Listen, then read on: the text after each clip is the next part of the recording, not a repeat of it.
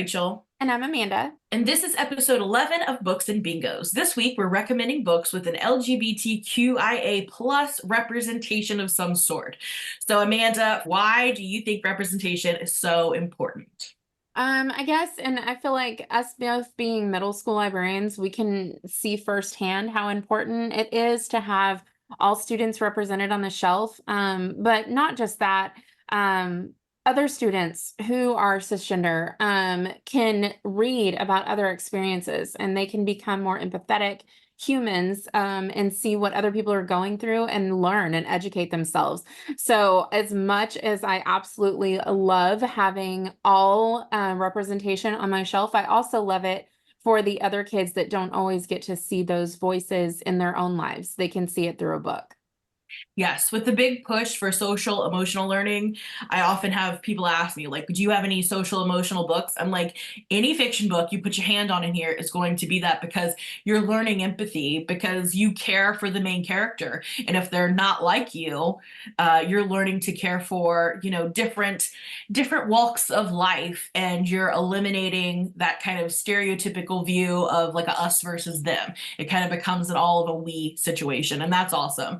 I also think representation is important, especially from like an author aspect of having diverse authors, because that gives people ideas of what they can do and what they can contribute to society. I think if you only have authors who look like a certain group of people, that is very limiting for kids, and like very limiting for us. I mean, imagine if we only had one type of writer; it would be so boring. Absolutely. I think you nailed it too. It's that we need to diversify our shelves and our students need to be able to see themselves. And when we're talking about SEL, I believe that, like, I personally have had testimonials from children saying they never thought they'd see themselves in a book. They never thought that anybody outside our, somewhat conservative community was like them, and how grateful they are for that. And then in some cases, I had last year a student try to unalive themselves, but then once I started like recommending some books about transgender characters, it really started to put things into perspective. So I am a firm believer that books can save lives, and this is a great place to start. One, it's a great place to see that you're not alone, no Yeah, matter what you look like or what you're into, even if you have like weird hobbies, like you're not alone. There's right. somebody else in this big old world that is just like you, you know? Yeah, and it's hard for them to see that when, Yes. you're in a community that is a lot of one way. Mhm. So yeah, thank goodness for books. Absolutely. All right. So tell us about your first pick. So this first book is My Fair Brady by Brian D. Kennedy. It is a retelling of My Fair Lady. If you are a musical fan, you will recognize it. If you're not, I can tell you a little bit about the plot. This is a young adult LGBTQIA plus romance featuring two male characters.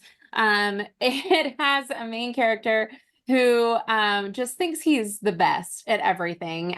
He has been in theater. He had a rough breakup, and so he's kind of a little bit down. But when this dorky, underclassman named Brady gets involved in the theater as well, he feels like maybe he could be his mentor, and he can refit him and he can make him a better actor. He can make him a better gay because the Brady is always saying how he like recently came out. He's never kissed anyone. He kind of needs like that kind of a mentor. Obviously, through the course of this glow up with Brady, the two start to have feelings for each other, and it was just so feel good. I can't say enough about this book. Brian is such a great writer when it comes to queer romance. I believe that anything he writes is gold. He has another book that I cannot remember the title of right now. Oh, A Little Less Country or A Little More Country. And so I love how like heartwarming this book was. Like I just smiled through the whole thing. It's kind of the same vibes I had when I read Heartstopper. So if you are a fan of that series, I highly recommend this one. It would work for the realistic young adult or new adult, new release squares on the bingo. The reason I say new release is that it came out a couple of months ago, but that could still be considered new release in my opinion. This is for lovers of the theater. So if in that category, please pick this one up. Content warnings include just alcohol, vaping, and vomit, usual high school hijinks that kids get into. So it isn't going to be any sort of traumatic tale. This is actually one that promotes, queer relationships in a very positive and lighthearted way. I like seeing that. It's refreshing. I mean, we definitely need stories of difficulties facing the queer community, but not every queer kid is going to have the most traumatic life experience with like coming out. Like they deserve positive, just, cute little Right. romance stories too. So I really appreciate when they are kind of coming from the viewpoint of like this is normal and we're going to just carry on like it's a regular romance book because it can be. Yes, absolutely. Yes. My first pick is Gentleman's Guide to Vice and Virtue by Mackenzie Lee. This is a YA historical romance. I just was drawn in by the cover for this, and I feel like I had never really read anything quite like this before, especially with the LGBTQ rep. It was just kind of a new experience for me, and I really got into it a lot more than I thought I would. Our main character is given one final romp across Europe before he's expected to give up all of his roguish ways and become a respectable, responsible English gentleman and kind of take over for his father. But things don't go as expected, and the trip results in a lot more adventure and hilarity than is expected, all while our main character is desperately flirting with his best friend and companion, who happens to be a black man in this time, which is already going to set him apart and cause difficulties. But he also has epilepsy, which just really doubles down on all the complications that they have. So when I was trying to think of how to describe this book, I thought like Bridgerton, like on parade through Europe. So instead of being on the Ton, they're just traveling all over the great cities.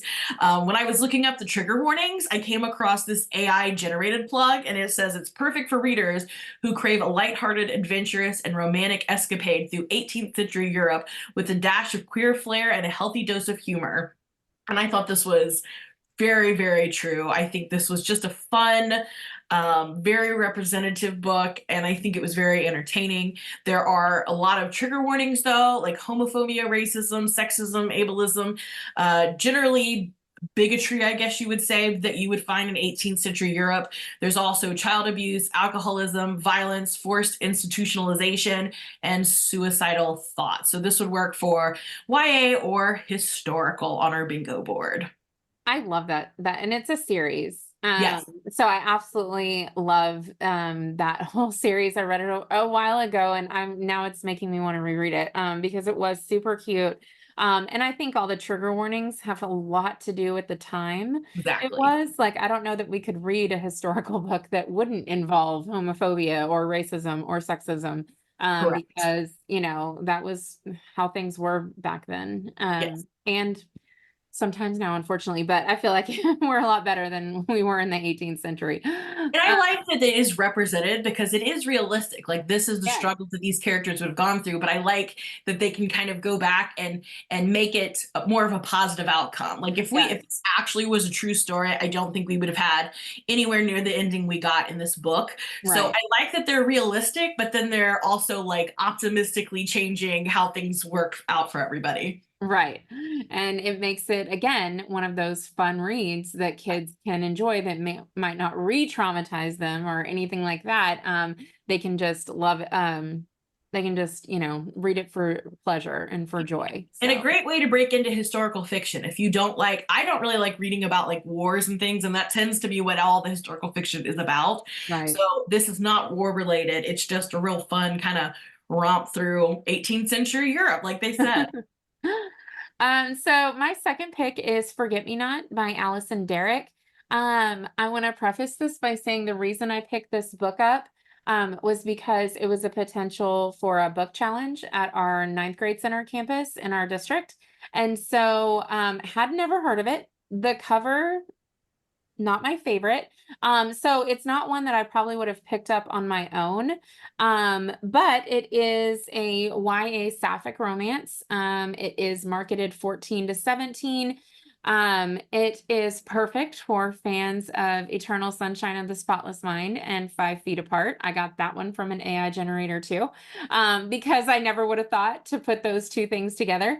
But it's about Stevie and Nora, and they are very much in love. And it has to be secret, unfortunately. They live in a super, super conservative town in Pennsylvania. And they don't believe that, I mean, they know their parents aren't going to understand, or people around them aren't going to understand. So they've kind of kept their relationship private, just between the two of them for like 2 years.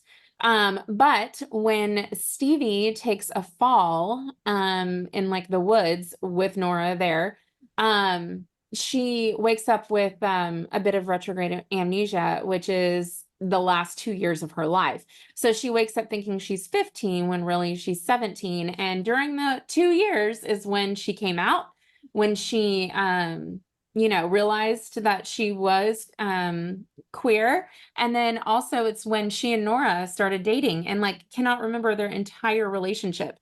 She wakes up, and when she's 15 in her real 15 life, she was straight and she was into guys, like as far as what people were telling her. And so she doesn't know about anything that happened in the last 2 years. And the plan that the two girls had to move to California after graduation, now all of it is in question, because she doesn't have her memory. So I absolutely loved it. I found it to be another like heartwarming story, and kind of like how Rachel's book, like The Gentleman Guides to Verse and Virtue, it has like all of those things that were going on at the time.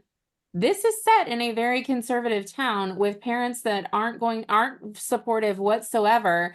So that part is a bit of, potential trauma and trigger warning with that, because that's a lot of things that I think some of our LGBTQIA plus youth can relate to.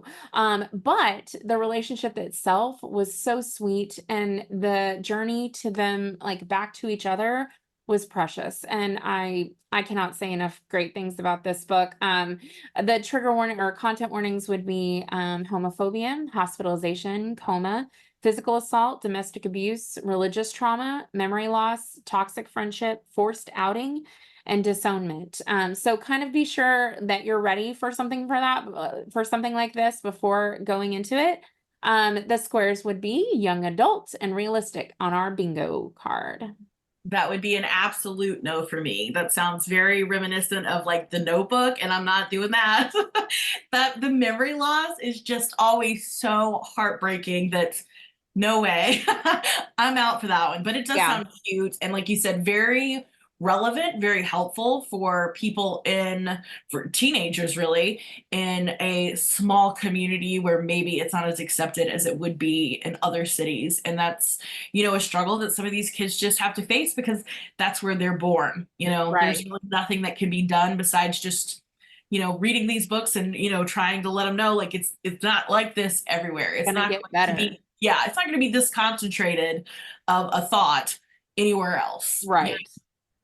All right, my next pick is Pet by Akwaeke Emezi. Actually, a really kind of a deep, dark one, even for me, I feel like, but it was so, so good.